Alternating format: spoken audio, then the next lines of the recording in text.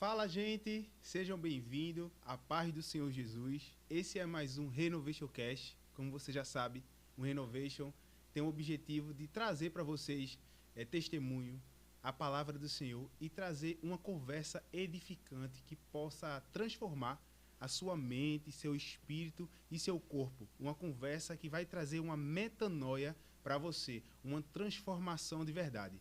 E a gente está no mês de agosto e, por que não, a gente vai adentrar um tema para falar sobre um tema muito importante. E eu estou aqui hoje ao lado do pastor Pedro Xavier. Estamos juntos, pastor, e vamos levar essa conversa edificante, trazer a palavra do Senhor para várias pessoas sejam alcançadas. Valeu, Ícaro, muito obrigado. Sejam bem-vindos, todos vocês que estão nos acompanhando a partir de agora, que Deus abençoe a sua vida. Como é bom, né, Ícaro, estar nesses podcasts aqui, porque a gente tem crescido, amadurecido, sendo transformados pela renovação de mente, que é a proposta do nosso programa, né? E a gente está recebendo um convidado, Ícaro, especial, que já é da casa, já participou várias vezes aqui e dispensa muito as apresentações, mas eu quero que vocês saudem o nosso Bispo Márcio Simões. Seja bem-vindo, Bispo Márcio Simões, Valeu, mais uma vez. Valeu, alegria, pastor Pedro, Ícaro, obrigado pelo convite, honrado a você também que vai nos acompanhar. Eu tenho certeza que tem alguma coisa de Deus para a sua vida. E assim a gente, como você disse, vai crescendo em conversas, né, boas de mesa. Vamos em frente, estamos juntos. Pastor, eu gostaria de deixar um aviso para aquelas pessoas que estão agora iniciando, acompanhando, que não conhecem o Renovation Cast. A gente está no YouTube e também a gente está nas plataformas digitais de áudio. Então, só colocar lá Renovation Cast, você vai... aqui no YouTube, você vai estar assistindo em áudio, visual, mas se você quiser estar no seu ambiente de trabalho, numa academia, numa corrida, em qualquer lugar, você pode estar escutando. A gente está em todas as plataformas digitais de áudio, Spotify, Deezer. Então, aproveita esse conteúdo, esse projeto maravilhoso que vai edificar você aos caminhos do Senhor. Que bom. E hoje, Ícaro, a gente vai falar sobre uma temática que é uma pauta hoje para a nossa geração, para a nossa época, que é sobre paternidade espiritual.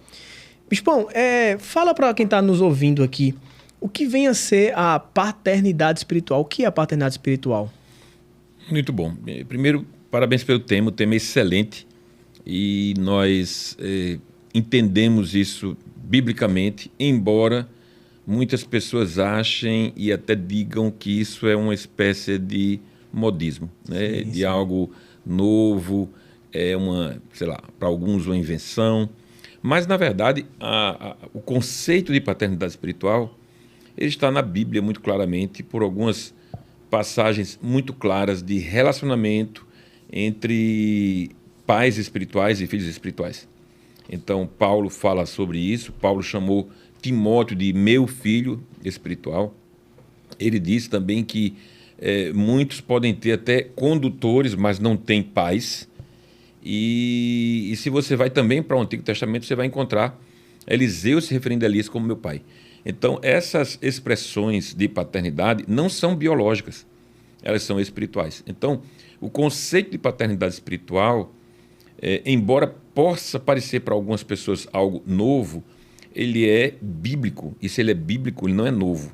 Se ele é bíblico, ele está permeando a história entre o Antigo e o Novo Testamento. Há os 2000 anos de história da igreja. Sempre houve aquela questão de alguém estar caminhando com outra pessoa, exercendo paternidade sobre eles. Então é interessante perceber, por exemplo, que quando Paulo entra na história, o apóstolo Paulo entra na história, no primeiro momento você vê Silas e Paulo, e depois, isso na escrita de Lucas, Silas e Paulo, e depois você passa a ver Paulo e Silas. Porque Paulo se tornou o pai espiritual. Então, ele tinha uma relevância maior no reino do Espírito, que trouxe para Silas um pai espiritual. Então, o conceito ele não vem de uma frase bíblica que diga, olha, a paternidade espiritual ela é assim, assim. Não existe isso. Assim como também não existe em relação à Trindade. E hoje ninguém na igreja cristã no mundo inteiro traz algum obstáculo, alguma dificuldade com a questão trinitária, né? A não ser os testemunhos de Jeová, como a gente sabe. Mas na igreja cristã não há nenhuma dúvida, nenhuma discussão, é um ponto pacífico acerca da Trindade, embora a palavra Trindade não exista nas Escrituras. né? É um conceito. Então, o conceito de paternidade espiritual vai muito nessa direção. É descobrir que dentro do contexto bíblico existe uma ação paternal no reino do Espírito de pessoas para pessoas. Entendi. Muito bom, bispo. Na verdade, em linhas gerais, o que dá para a gente entender é que paternidade espiritual é um reconhecimento de uma liderança sobre minha vida que não é imposta, mas é realmente uma questão de identificação. Você reconhece naquela pessoa um modelo e um exemplo a ser seguido, né? Perfeito. E autoridade. E autoridade. Então, assim, quem é autoridade sobre mim? Quem é autoridade sobre Pedro? Quem é autoridade sobre Ícaro?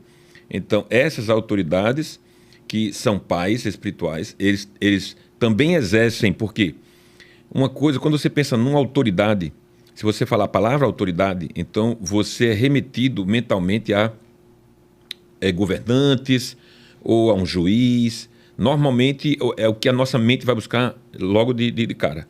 Mas o pai de Ícaro certamente exerceu autoridade sobre ele. O meu pai exerceu autoridade sobre mim. Existe uma paternidade que tem autoridade. Na casa, quem é a autoridade da casa? São as crianças? Não, são os pais. Então, essa autoridade ela também está no papel do pai biológico, assim como também está no papel do pai espiritual. Então, não apenas do mentoreio, não apenas do ensino, mas também da autoridade. Pastor Pedro, o bispo comentou sobre pai biológico, né? E a gente está no mês de agosto. Espero que a gente lançou esse episódio aqui no mês de agosto. O mês de agosto é conhecido como o mês dos pais, né? Isso. E aí não colocaremos de lado, a gente começou a conversa falando sobre paternidade espiritual. Mas não vamos colocar de lado a paternidade biológica, né? Bispo, qual seria a importância da paternidade biológica e da paternidade espiritual para você começar a seguir os caminhos e começar a ter uma vida cristã de verdade? Qual é o peso? O peso é, primeiro, que nós não chegamos aqui num facho de luz ou não brotamos da terra, não é? Nós chegamos aqui através de uma família. Sim. Então, a nossa, foi Deus que determinou assim, a nossa chegada à história humana, ela se dá mediante o nascimento que vem de uma relação entre um homem e uma mulher e que numa situação funcional, equilibrada, é uma família, né? Então, você chegou numa família e está ali seu pai e sua mãe, e essa importância é vital para a saúde mental, psicológica, física, enfim. E aí a gente chama isso de família funcional. A gente sabe que na nossa sociedade, eu diria não só no Brasil, né, mas no mundo inteiro, há muita disfuncionalidade na paternidade biológica.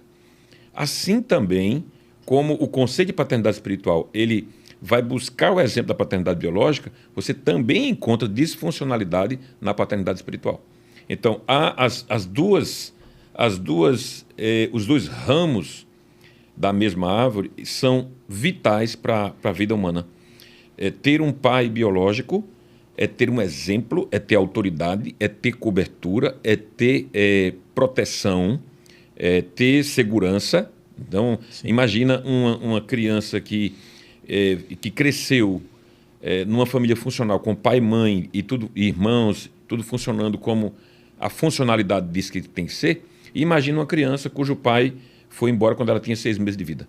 Então, essa criança cresceu sem pai e nós temos uma ideia, e nós que somos pastores, Pedro, a gente atende pessoas e a gente percebe a dor que é de um homem ou uma mulher, depois de seus 35, 40 anos, lidar com a ausência paterna. Então, isso é um ponto. Então, a gente sabe que para a vida funcionar de forma equilibrada, a família é a chave. É por isso que a família é tão atacada. É por isso que, neste tempo agora, a grande corrente de Satanás para destruir o evangelho, aquilo que Deus traz, é exatamente dizer que a família não é tão importante assim.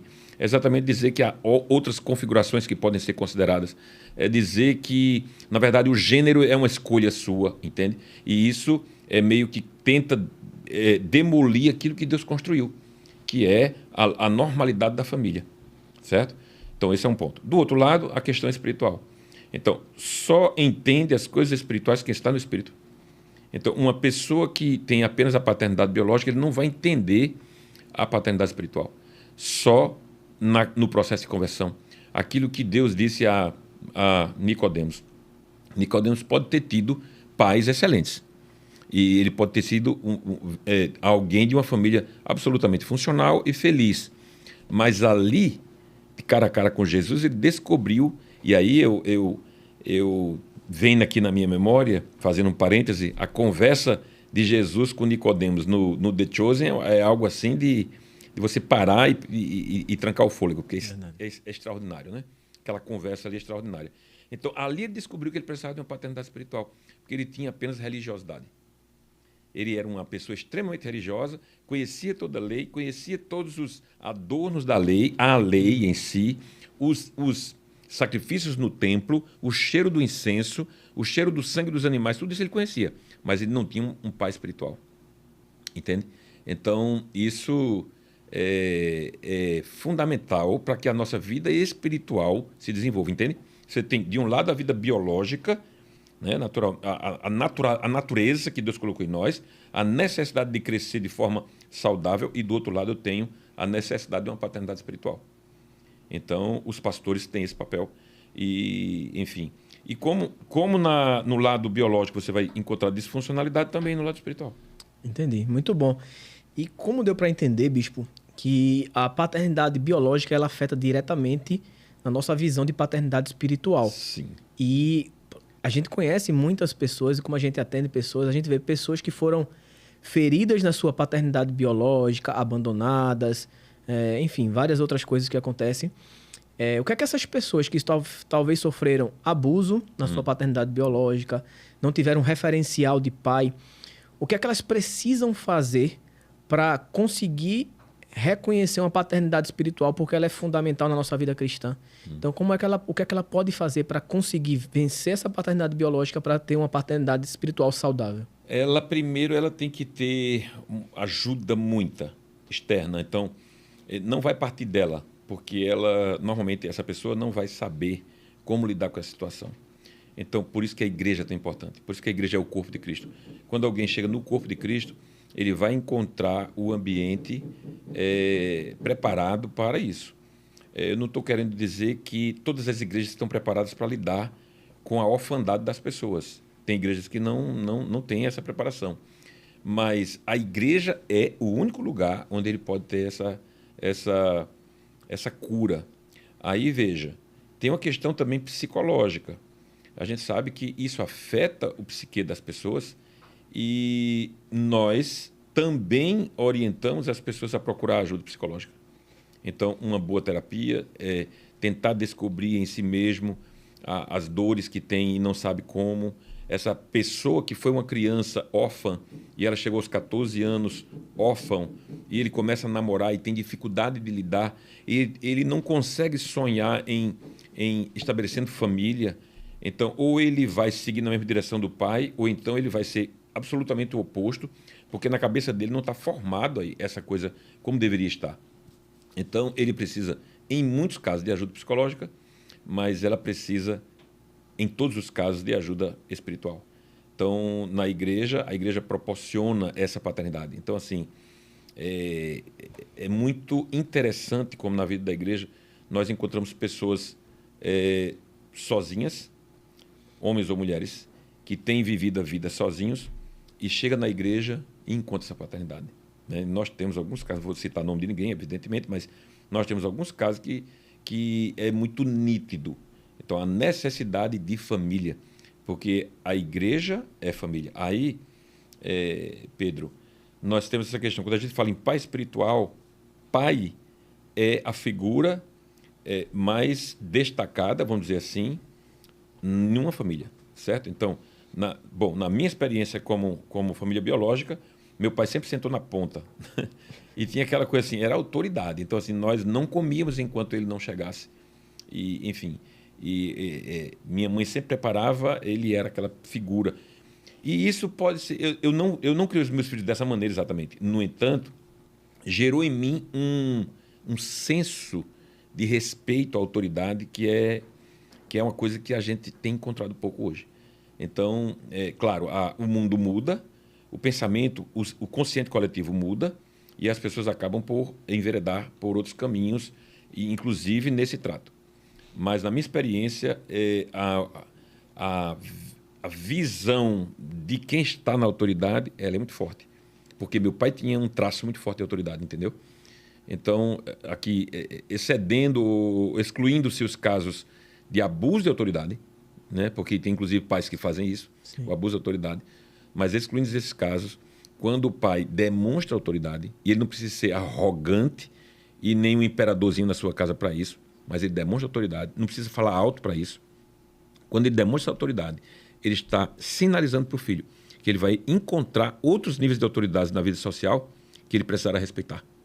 Então, quando um filho ele não reconhece a autoridade no pai, ele vai chegar na escola e ele não vai tratar professor ou professor com respeito. Daí, muitos professores hoje estarem se evadindo da profissão, saindo da profissão, porque não aguentam mais o estilo das crianças, entre aspas, como eles tratam esses professores profissionais, entendeu? Por quê? Porque não tem referencial de autoridade. Quando chega em algum momento, por exemplo, de lidar com a polícia, né? E Pedro é policial, sabe essas coisas. Chega para lidar com a polícia, um jovem de 17 anos, ele não sabe lidar, porque ele não sabe o que é autoridade. Então, chega na frente de um juiz, a mesma coisa. Então, noção de autoridade. Quem passa? Pai. Entendeu? Os pais, mas especialmente o pai. Porque o pai, além de tudo, tem algo muito mais forte sobre nós, homens, que é passar para os nossos filhos a imagem de um pai que possa refletir a paternidade de Deus. Bispo, eu gostaria de tentar ajudar as pessoas que estão nos escutando, estão nos assistindo. O senhor falou sobre a figura do pai, a questão da autoridade, a importância de um pai biológico, você ter um pai biológico, mas a questão só da presença do pai fisicamente realmente não é o suficiente para suprir o respeito que os filhos têm que ter sobre o pai. E a gente está falando sobre 2 tipos de paternidade, a espiritual e a biológica. Como as pessoas podem identificar uma falta de paternidade? Quais são as características que uma pessoa... mas eu tive... Meu pai me deu tudo o que eu precisei, me deu estudo, me deu tudo. Mas possa ser que um pai presente fisicamente não possa ter dado uma paternidade verdadeiramente e claro, possa atrapalhar essa vida dessa pessoa. Quais são as características de uma pessoa que não teve uma paternidade de verdade? É presença. Eu me lembro que no meu cursilho, eu fiz o meu cursilho em 99, e houve um testemunho de um cidadão que ele era jornalista de uma grande rede de televisão, e ele deu um testemunho. Ele perdeu um filho para as drogas. E, 17 anos, adolescente. E então ele fez uma crônica, escreveu sobre aquela situação, e ele disse o seguinte, que durante anos e anos e anos ele tinha o prazer de escrever na sua relação de bens patrimoniais o aumento de mais um terreno na praia, mais um veículo, mais uma viagem e aquela coisa toda. Ele se enchia de prazer, e para isso ele precisava de acordar de 4 da manhã, e ele saía de casa, o filho estava dormindo, e ele chegava de 10 da noite, chegava em casa, o filho estava dormindo, e enfim, ele não viu os filhos crescerem. Entendi. Então ele chegou num determinado ponto que ele disse assim, eu trocaria tudo que tem nessa página, nessas páginas do meu relação de patrimônio, pelo meu filho de volta. Mas não tinha mais jeito. Entende? Então, assim, presença. Presença não é estar fisicamente. Presença é isso que a gente está tendo aqui agora, por exemplo, olho no olho, conversa. Entende? Então, escutar o filho. Então, você me fez também lembrar de uma outra ocasião, de um exemplo, que um pai muito ocupado e chegava em casa, ficava no computador trabalhando e tal, e o filho querendo brincar, e o pai pegou ali uma página de uma revista e ele tinha um mapa. Naquela página, 2 páginas de um mapa. Ele pegou aquelas páginas da revista, rasgou, ele picou ele em algumas dezenas de pedaços e disse assim, vamos brincar de quebra-cabeça? E deu o menino e pensou que o menino ia passar ali 1 hora e meia, montando quebra-cabeças. E voltou para o seu computador. E com 10 minutos o menino voltou. Disse, pai, está pronto. Disse, como assim está pronto? Não é possível. Né? O mapa mundo e tal, tal. Então, quando ele viu, o mapa era uma família. Então, no outro lado da página, era a foto de uma família. Pai, mãe e filhos. E uma casa ao fundo. E ele rapidamente montou quebra-cabeças. Então, o que falta muito na sociedade é essa presença, é estar junto, é comunicar-se. E o mundo corporativo cobra muito dos profissionais. Então, veja, eu pessoalmente já cometi erros dessa natureza. Então, eu comecei a trabalhar em banco, eu tinha aí meus 20 anos, 21 anos. E você com 20, 21 anos, trabalhando numa empresa grande, o seu pensamento é crescer e progredir e ser promovido. E para isso você tem que mostrar para que veio. E o banco não tem aquela coisa, pelo menos na minha época era assim, não tem aquela coisa assim, hoje tem um futebol da criança. Nada disso. Não tem. Lá hoje tem uma apresentação, outra coisa. Não tem. Você chegar para o teu gerente e dizer assim, eu preciso dar uma saidinha mais cedo hoje, não existe isso. Não existia. E então eu não acompanhei por algum tempo essas coisas. Quem fazia isso era a Jeane. Como mãe, ela ia e fazia as vezes de mãe e pai, certo?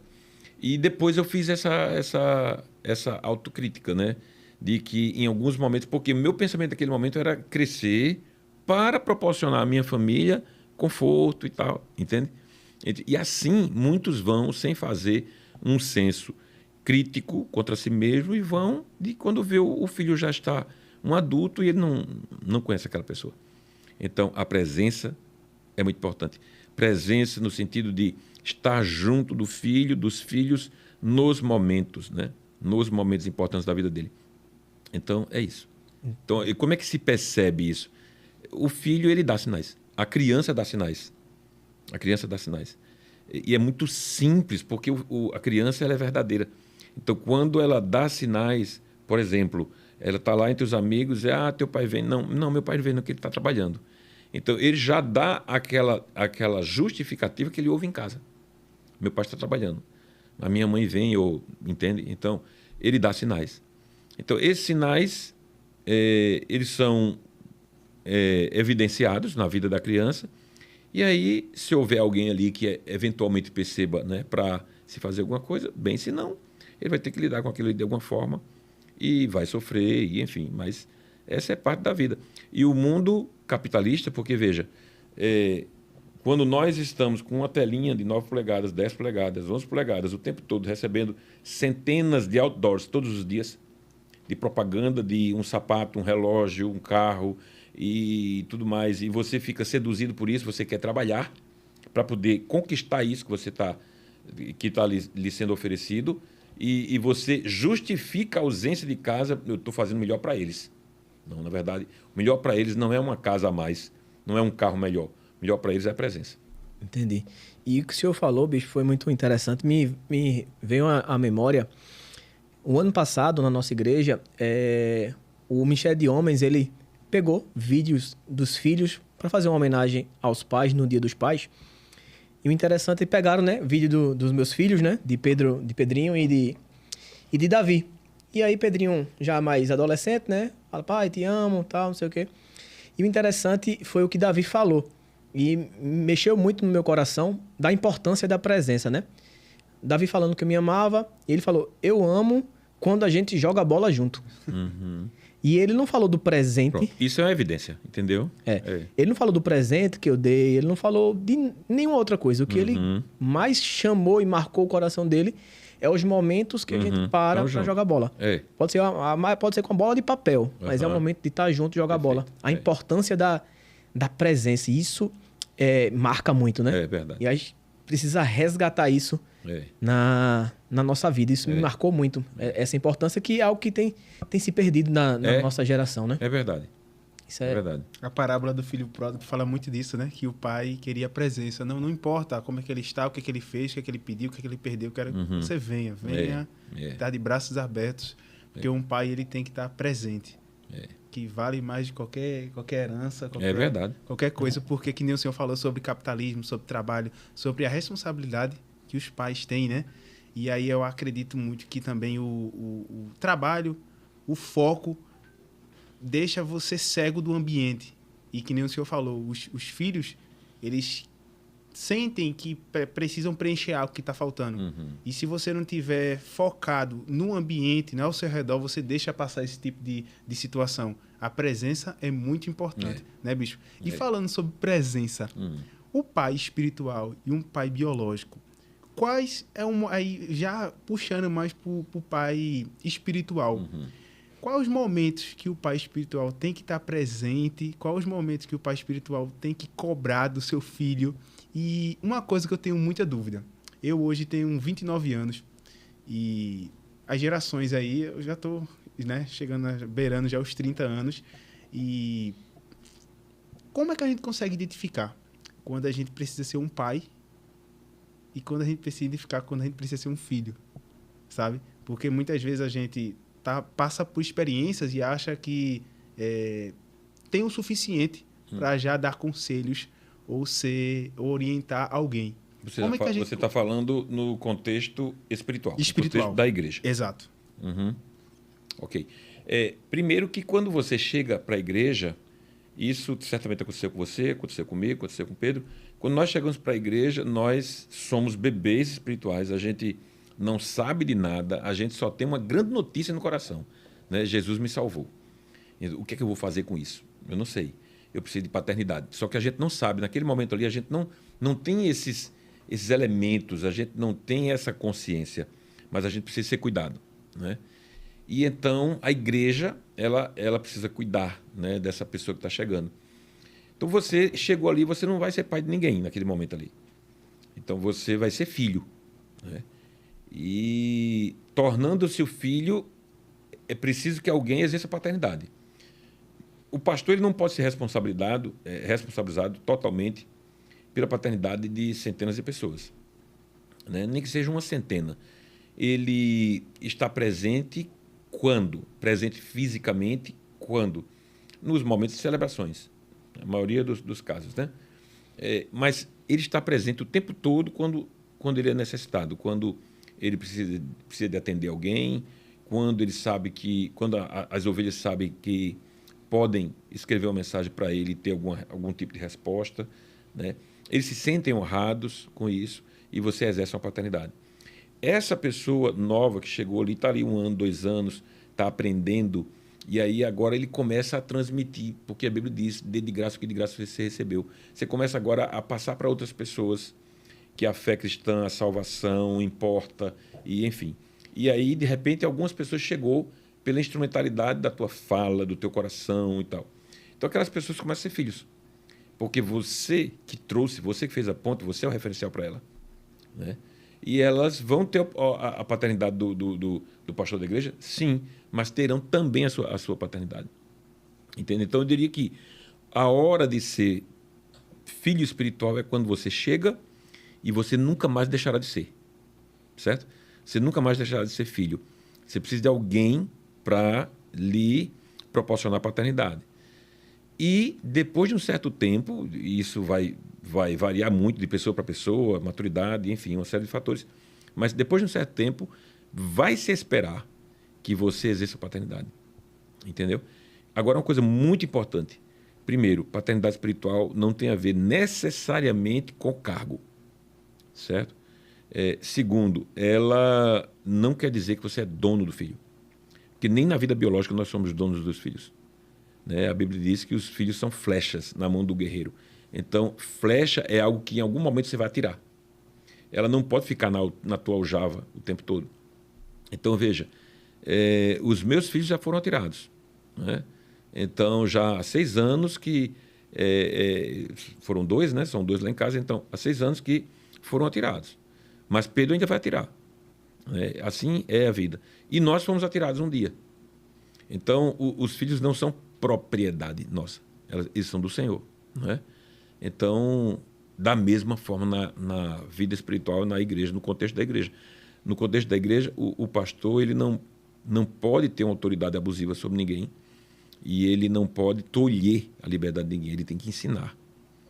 Entendeu? Então, no nosso estilo de ser igreja, nós não dizemos às pessoas, você não pode fazer isso, você não deve.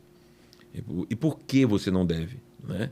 Não tem filho que pergunta o tempo todo, né? Tem filho pequeno ali, 5 anos, pergunta, mas por que isso? Por que aquilo? Pronto, então você precisa responder para o filho espiritual por que aquilo ali vai ser nocivo.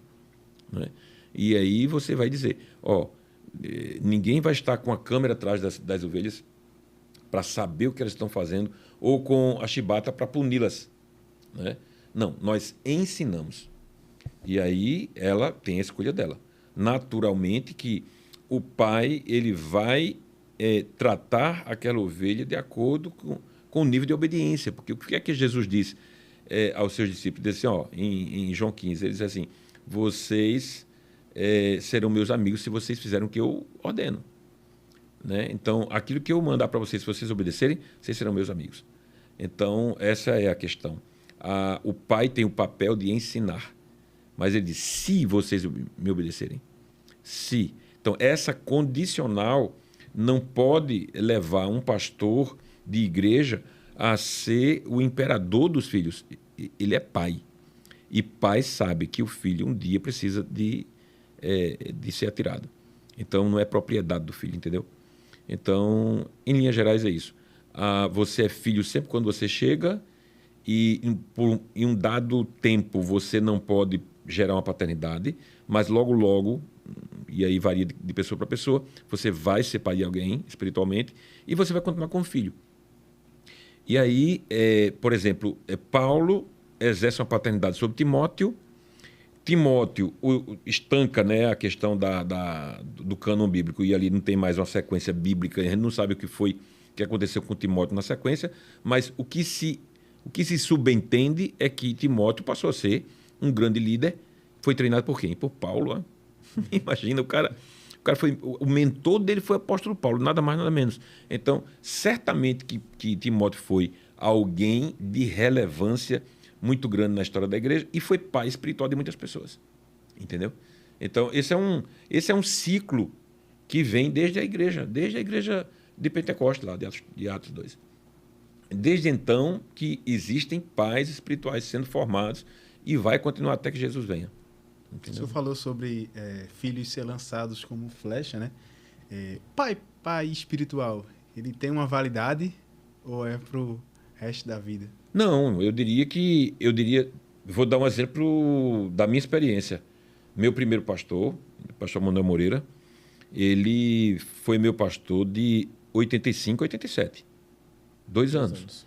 Mas eu o considero um pai espiritual.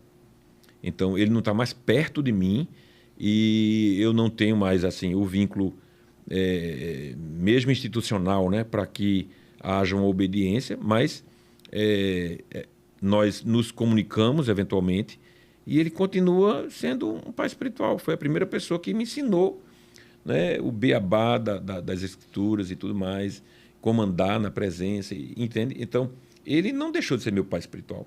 Só que ele não exerce mais a paternidade por várias circunstâncias. Assim como um filho que viveu 25 anos em casa, casou, foi morar em São Paulo, ele não deixou de ser filho daquele pai. Nem o pai deixou de ser pai dele, né? No entanto, eles estão distantes e cada um está vivendo o seu momento, né? Sua estação de vida. Entendi. Meu Deus.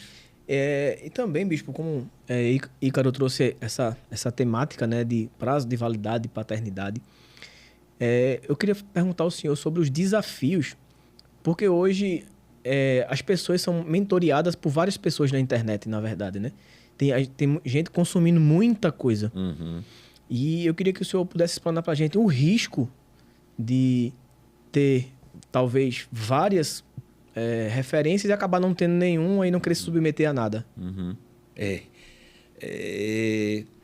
Eu me lembro que em uma determinada ocasião, uma ovelha veio para mim e disse que ela, na verdade, ela não era membro da igreja ainda, ela estava frequentando, e ela veio para mim e disse assim, eu estou nas quartas-feiras frequentando a igreja tal, aí disse qual era a igreja, né?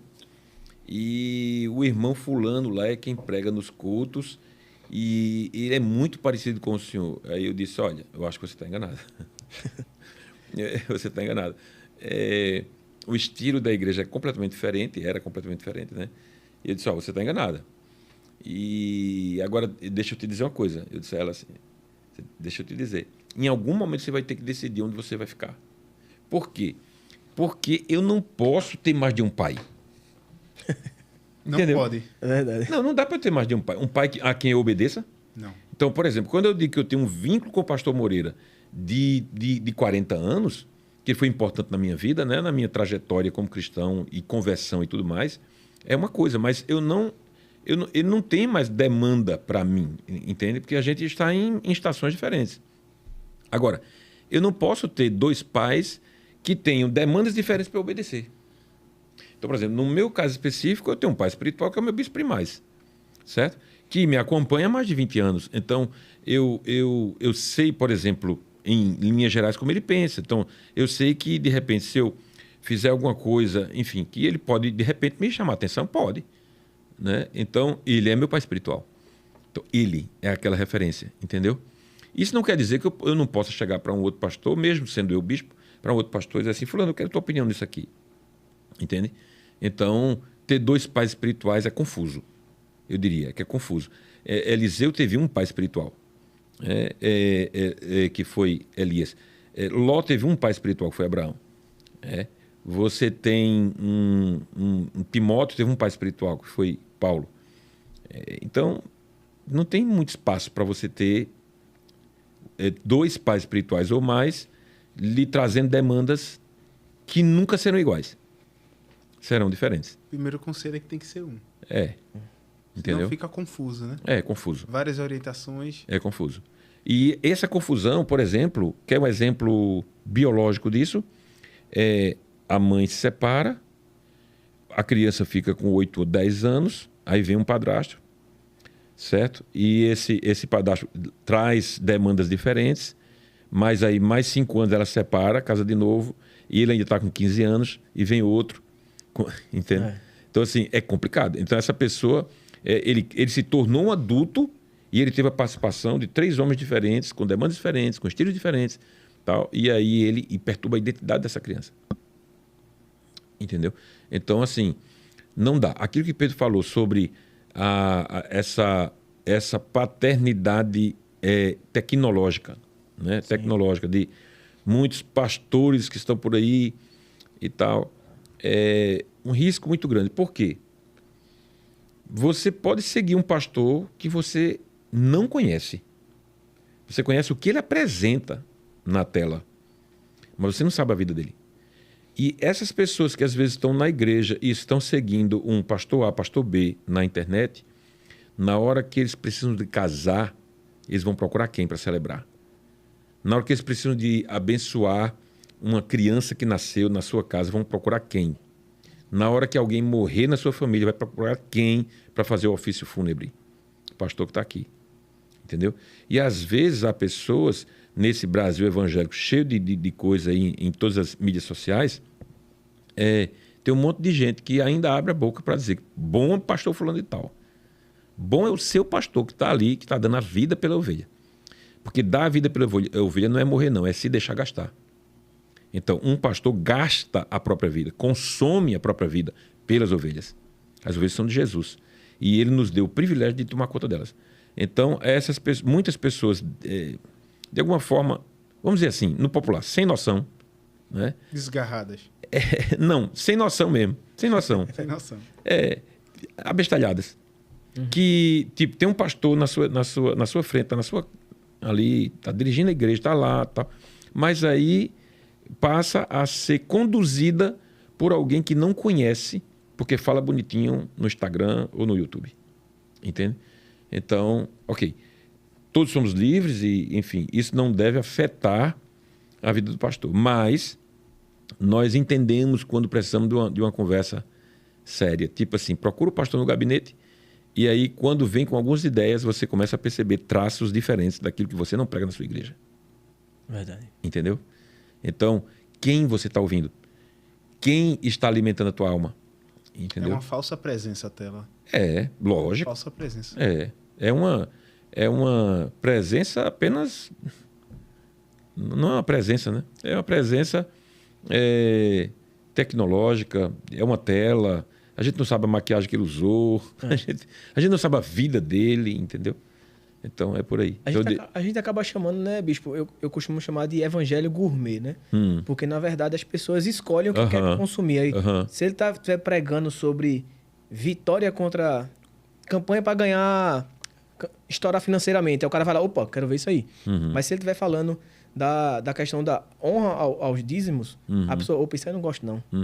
Sobre a necessidade do perdão, eu não gosto, não. Então, não vou. Então a pessoa acaba escolhendo o que vai consumir, né? Verdade. E aí, quando chega com o pastor presencial e o pastor confrontar, ela fala, não, mas o pastor lá não fala essas coisas, o pastor lá fala o que eu gosto, né, de ouvir. Né? E esse é um grande desafio, né? Agora, você veja, qualquer pai que faz tudo o que o filho quer, ele está criando um monstrinho para frente, né? Verdade. Então, a gente, como pai, a gente dá não. A gente precisa dar não. Deus nos dá nãos, não é? Então, se Deus desse sim para tudo que a gente pedisse, estava um dia manter esse mundo, entendeu? Exatamente. Então, Deus dá nãos porque Ele sabe que Ele quer fazer em nós homens de valor, mulheres sábias que edificam sua casa, porque não se cresce, não se amadurece recebendo sim de tudo que é lado. Deus não é esse Deus. Isso é o gênio da lâmpada, né? Então, Deus é um Deus que sabe o que nos dá, porque Ele sabe exatamente o que nós precisamos. Quando o texto diz que todas as coisas cooperam para o bem daqueles que amam a Deus, Deus sabe o que é melhor para nós que o amamos. E Ele vai nos dar aquilo que realmente nós necessitamos, não necessariamente o que nós queremos. É uma diferença muito grande entre essas duas coisas. O que é que eu necessito, o que é que eu quero. É verdade. E uma coisa importante, né, que eu aprendi com o bispo, assim, né, da gente se submeter à liderança ou à paternidade, porque nem tudo que a gente acha que é o melhor que Deus quer pra gente. Porque a gente costuma assimilar que, por exemplo, se aparecer uma proposta de emprego que eu vou ganhar 10 vezes mais, e eu vou dizer, eita, Deus abriu uma porta pra mim que é extraordinária, e talvez, provavelmente, nesse emprego, essa pessoa não vai ter tanto tempo pra Deus, e, enfim, pode abalar o relacionamento dela, e ela acha que é Deus. Mas aí a importância de se ter um pai, porque às vezes você vai conversar com o seu pai e você se submeter, e se ele der uma palavra contrária, fulano, eu não vejo isso aqui como uma boa possibilidade de Deus, não. Então, eu acho melhor você repensar e tal. Então, se a pessoa não se submete, ela vai e vai-se embora. Não é um verdadeiro filho, né? Então tem que ter a submissão à vontade do pai. Honra. Esse reconhecimento, honrando. Eu lembrei que esses dias, pastor, tava conversando com o pastor esses dias e eu sempre gosto de expressar minhas opiniões, pastor Pedro. E aí as opiniões divergiram. Mas aí eu pensei, tá bom, é a minha opinião. Então eu não tenho que obedecer a minha opinião. Eu tenho que obedecer a ordem. E que assim, a gente acha que a opinião da gente é a verdadeira e única, né? Mas opiniões é para ser ditas. Mas regras também têm que ser obedecidas. Então, lógico, assim, a minha opinião não é a verdade, né? E não, a gente tem que confrontar. E aí, nesse momento, eu lembrei que, não, pastor, aí a gente mudou de assunto e seguiu. Então, existem opiniões claras para um pai e para os filhos, tanto biológicos como espirituais, mas essas opiniões não tem que atrapalhar o relacionamento. Tem que amadurecer, tem que melhorar, tem que evoluir. E aí, do lado do filho, bispo, já pegando um gancho sobre isso, como que um filho tem que se comportar para honrar o pai espiritual? O senhor já falou algumas, aprender a escutar o não, aprender a honrar. Um filho, ele tem que realmente obedecer literalmente todas as orientações e os conselhos de um pai, né? Ou como identificar realmente se um filho está sendo um pai ou não espiritual, sabe? Porque tem um risco, né? Tem um risco de saber, meu Deus, como é que eu vou saber se ele realmente é o meu pai espiritual? Será que realmente eu tenho que obedecer? Do lado do filho, como é que fica? Olha, a vida da igreja não deixa dúvida de que você vai identificar se aquele é seu pai espiritual.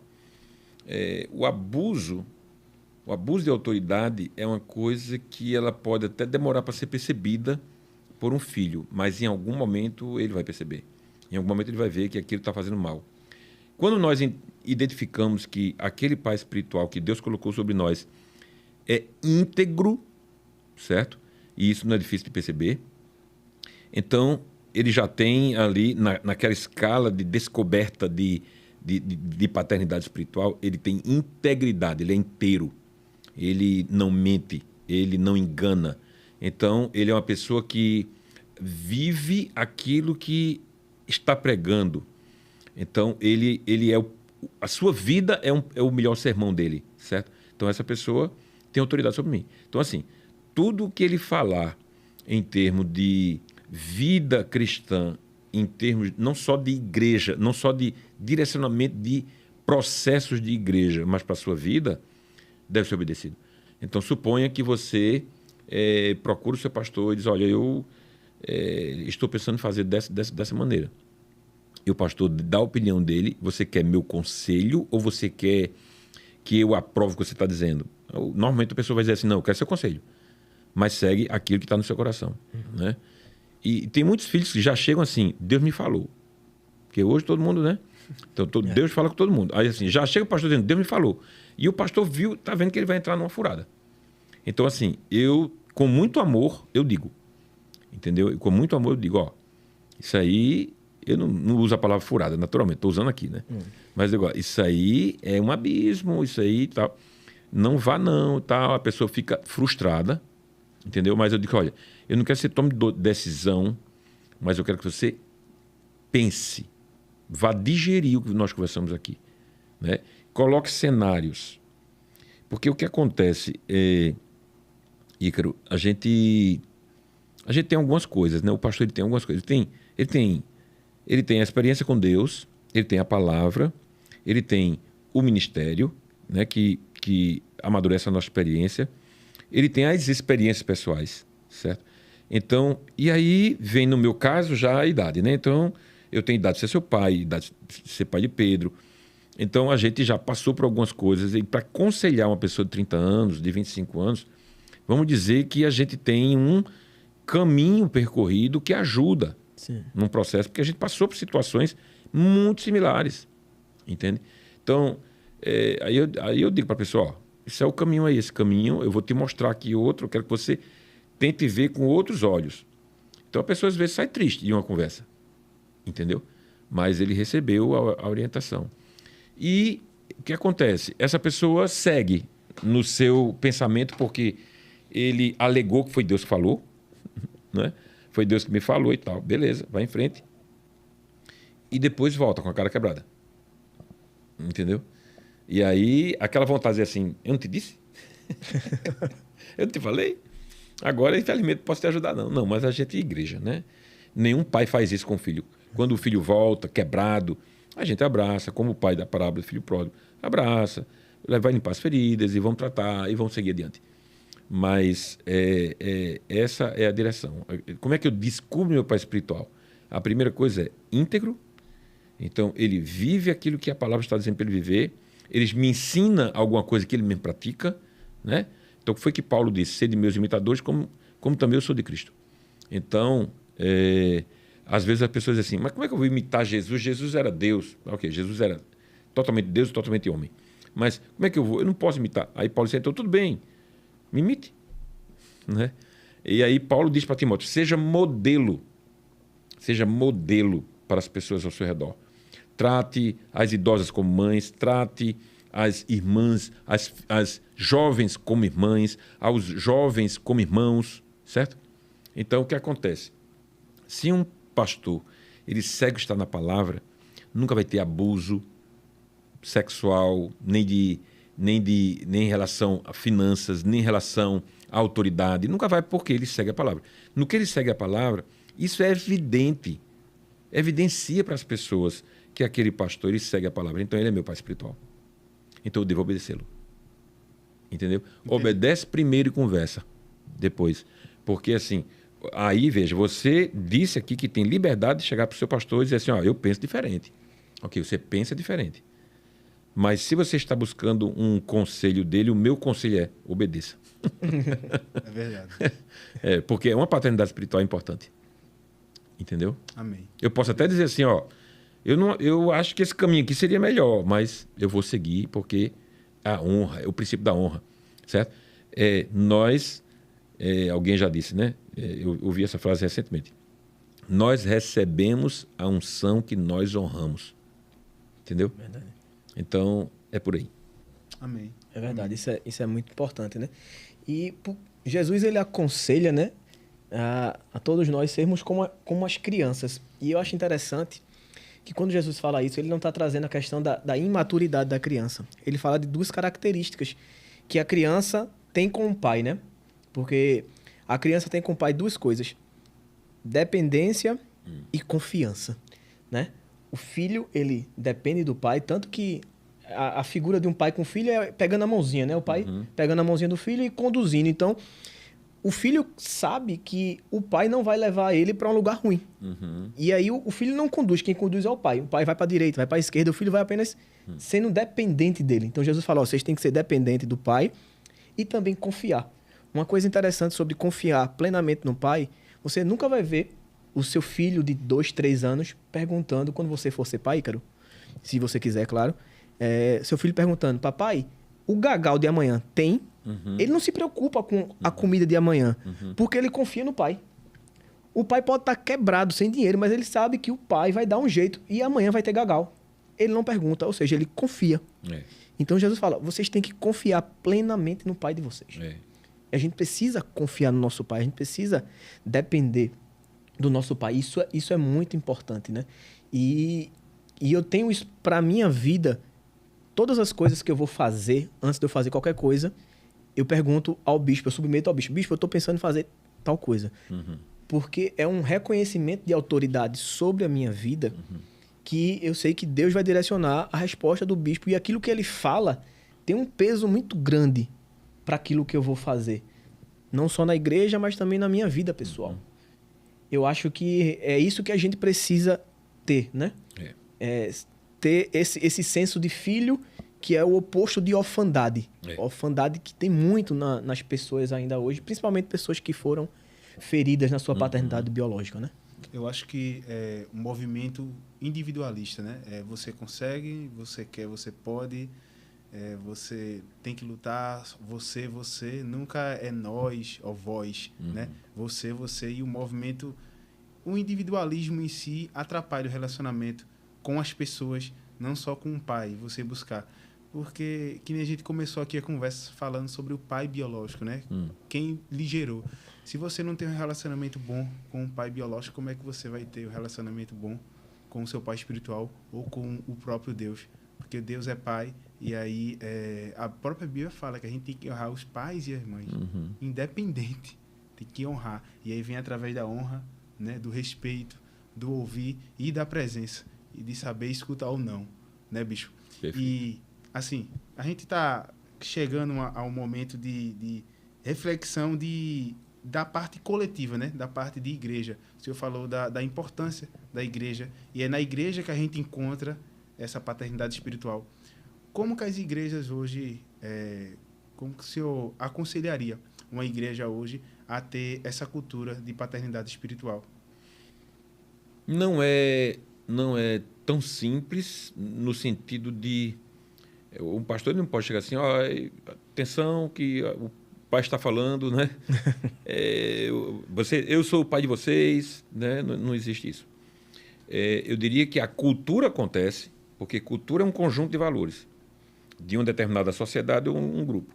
Então, a cultura na igreja acontece quando começa pelo pai. Então, se o pai for uma pessoa sisuda, por exemplo, a fisionomia dele sempre fechada, a igreja tenderá a ser dessa maneira. Se o pai for uma pessoa que só chega atrasado para o culto, a igreja tenderá a chegar atrasada. E o culto nunca vai chegar, vai começar no momento certo. Se o pai não for um dizimista, a igreja não será dizimista, entende? Então, exemplo, aquilo que Paulo falou para Timóteo, seja modelo, seja exemplo para a questão ao seu redor. Então, cultura se estabelece na prática. Então, assim, eu vou dar um exemplo, né? É claro que cada igreja tem o seu estilo, o seu tamanho, e, enfim. Domingo passado, por exemplo, normalmente eu chego uma hora antes do culto, A gente tem uma função lá de ministros externos, tem 2 pessoas que são ministros externos, um fica no balcão de informação, os outros ficam circulando. Esse que fica circulando, ele é quem liga os ar-condicionados, ele vai no banheiro ver se tem papel e tal, ele dá uma geral na casa, porque o culto vai começar daqui a 1 hora. Então eu chego lá, já tem ali 35, 40 pessoas, já, né, no estacionamento, no acolhimento, no Kids e tal, entende? No louvor, na mídia, já tem ali. Então eu chego cedo. Eu precisaria chegar necessariamente 1 hora ao culto? Não, eu não tenho muita coisa para fazer, não. Mas eu chego, porque eu preciso ser exemplo. Entendeu? Então chega ali, então vai ali, você marca alguma coisa com alguém, ou chama alguém para conversar e tal, vai lá, vê se está tudo ok. E a gente tem um momento que a gente chama de briefing, né? Que é uma prévia do sermão que a gente faz para a equipe de trabalho. Então a gente vai lá no altar, junta a equipe de trabalho, e vocês também fazem isso, né? Então a gente junta ali todo o pessoal do louvor e acolhimento e mídia e tal, e a gente, por quê? A gente entende que aquelas pessoas estão trabalhando, então não vão estar necessariamente atentas ao sermão. Então a gente ali dá em 15 minutos uma prévia do sermão, ministrando sobre a vida deles, certo? Então eu estou ali presente, entendeu? Então isso é gerar cultura de paternidade.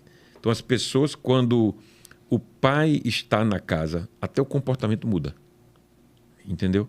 É comum que não é aquela coisa assim de o gato não tá, o rato faz. Não, não é isso não. É porque assim, o pai está na casa, ele tem um senso de autoridade que não é igual ao de ninguém. Entendeu? Então, e isso se constrói ao longo do tempo com exemplo. Entendeu? Então, a forma de tratar, a forma de acolher, a forma de receber, certo? Como é que a gente lida com as dificuldades. Então, eu sempre digo à minha equipe pastoral, a gente precisa dizer não, mas não precisa ser grosseiro. Então, tem 2 coisas que a gente tem que usar quando a gente tem conversas difíceis. Firmeza e amor, certo? Então, eu trato as pessoas bem, eu digo não para as pessoas, explicando por quê. Não é não, por que não? Não, nunca. Então, não por conta disso, daquilo outro. Entendeu? Então, isso tudo vai gerando o senso na comunidade de paternidade, que quando a igreja cresce, ela já a cultura já está estabelecida. Amém. Glória a Deus. Entendemos. Glória a Deus. Muito bom esse papo. Vamos encaminhando, né? Infelizmente, a gente vai ter que acabar o nosso bate-papo. A hora passa que a gente nem vê, né? É verdade. Conversa boa. Mas a gente queria, Bispo, que o senhor finalizasse aí dando uma mensagem sobre a importância da paternidade espiritual. Se a pessoa ainda hoje não tem um líder espiritual, se a pessoa acha que não precisa, ou se a pessoa ainda tem dificuldade em reconhecer uma paternidade espiritual na vida dela, qual a importância para ela ter essa paternidade na vida dela, para que de fato ela consiga talvez viver o destino profético que Deus tem para a vida dela, que talvez está travado por algumas coisas ainda. Boa. A gente ir para os finais. Excelente. Então eu posso me dirigir aqui a câmera para você que está nos acompanhando, que vai nos acompanhar, enfim, que vai entrar nesse tempo aqui, nesse podcast, que é o seguinte, o filho pródigo, ele se espelhou no irmão. O irmão, ele não saiu de casa, ele não gastou parte da fortuna do pai, ele não deu um desgosto ao pai, mas ele não se achava filho. Ele era órfão dentro de casa. Ele era alguém que se considerava um mero trabalhador, um mero empregado, não filho. Ele disse, pai, eu trabalho, eu te sirvo aqui há muitos anos. Acordo 4 da manhã, vou dormir tarde, tomo conta da fazenda, lido com os empregados todos, o senhor nunca me deu um cabritinho para eu matar e celebrar com os meus amigos. Aí o pai disse, meu filho, você não precisava de pedir, é seu. A hora que você quisesse pegar, você tinha pego. Para que mandar um memorando para mim, um requerimento? Não precisa, você é filho, você é dono disso aqui. Então, o filho mais novo chegou num ponto que ele disse assim, eu não quero me tornar uma pessoa madura e depois envelhecer como meu irmão. Aí ele caiu fora. Então, meu conselho é assim, olha para o pai. Então, se você está numa igreja saudável, olhe para o pai. Você tem duas paternidades. Você tem a paternidade de Deus sobre você, que nunca erra. E você tem a paternidade do seu pastor ou da sua equipe pastoral, dos seus pastores, na sua igreja. Olhe para ele. Porque Jesus diz assim, que nós devemos ter os olhos fixos no autor e consumador da nossa fé. Então, é para ele. Na comunidade da fé, nós temos referenciais importantes. Mas o pai da igreja, o anjo da igreja, como o Apocalipse fala, é a principal pessoa que deve gerar em você um referencial. Então, se você está na igreja e não respeita a sua autoridade espiritual, o destino profético, como o pastor Pedro falou aqui, mencionou aqui, talvez esteja travado na sua vida por conta disso. Porque Deus não colocou aqui ao acaso pastores sobre a sua vida. Hebreus 13, ele diz assim, obedecei aos vossos pastores, porque eles velam pelas suas almas como se fossem a deles próprios. Então, meu conselho para você é, considere a paternidade espiritual que Deus colocou sobre você. Eu honro a vida do meu pastor Manuel Moreira, do meu pastor Josué Gonçalves. Não, Josué Gonçalves é o... Josué... E agora me fugiu o nome. Morreu há muito tempo atrás, já está na Glória Celestial. Um dia eu vou encontrar ele lá. Amém. Josué Santana. Então, Josué Santana foi meu segundo pastor por 4 anos. Depois veio o pastor Zé Augusto, depois veio o bispo Miguel, pastor na época, bispo Robson. São figuras que tiveram muita importância na minha vida, entendeu? Então, eu os honro. Então, se você quer ter o seu destino profético trilhado de forma suave, agradável e louvável, considere o respeito, a admiração e a obediência àquele que Deus colocou para ser seu pai espiritual. Amém. Glória a Deus. Eu acredito, pastor Pedro e bispo, que esse podcast acho que foi um presente para todos os pais nesse mês de agosto. E que você que esteja escutando aí esse podcast, caso você escutou só, chame seu pai espiritual, chame seu pai biológico, sente no sofá e escuta esse podcast, assista ou espalhe para alguém que esteja precisando, esteja com dificuldade, porque a gente falou aqui não só de paternidade, mas de vínculo, de filho também, da parte do filho. Eu acredito que esse podcast vai edificar muito, vai tocar em muitas pessoas e vai ter uma metanoia para que esse vínculo, esse relacionamento de pai espiritual cresça, frutifique e espalhe para o mundo todo, que a palavra do Senhor é uma palavra que transforma, é uma palavra que faz bem, é uma palavra que nos faz reconhecer que nós somos filhos de Deus. Amém? Amém. Amém. Muito Esse obrigado. foi mais um podcast, Amém. pastor. E nós nos encontramos na próxima. E para você que ficou até aqui, não esquece, compartilha, curte, comenta, deixa dúvidas aí nos comentários. E nós temos uma playlist aí dedicada no nosso canal da igreja, né, pastor? Ressurreição Pombos. Para você que dá uma olhadinha aí no canal aí também, tem várias pregações, tem vários podcasts. E é isso, gente. Valeu, até a próxima. Fique na paz. Tchau, tchau. Valeu. Valeu, obrigado.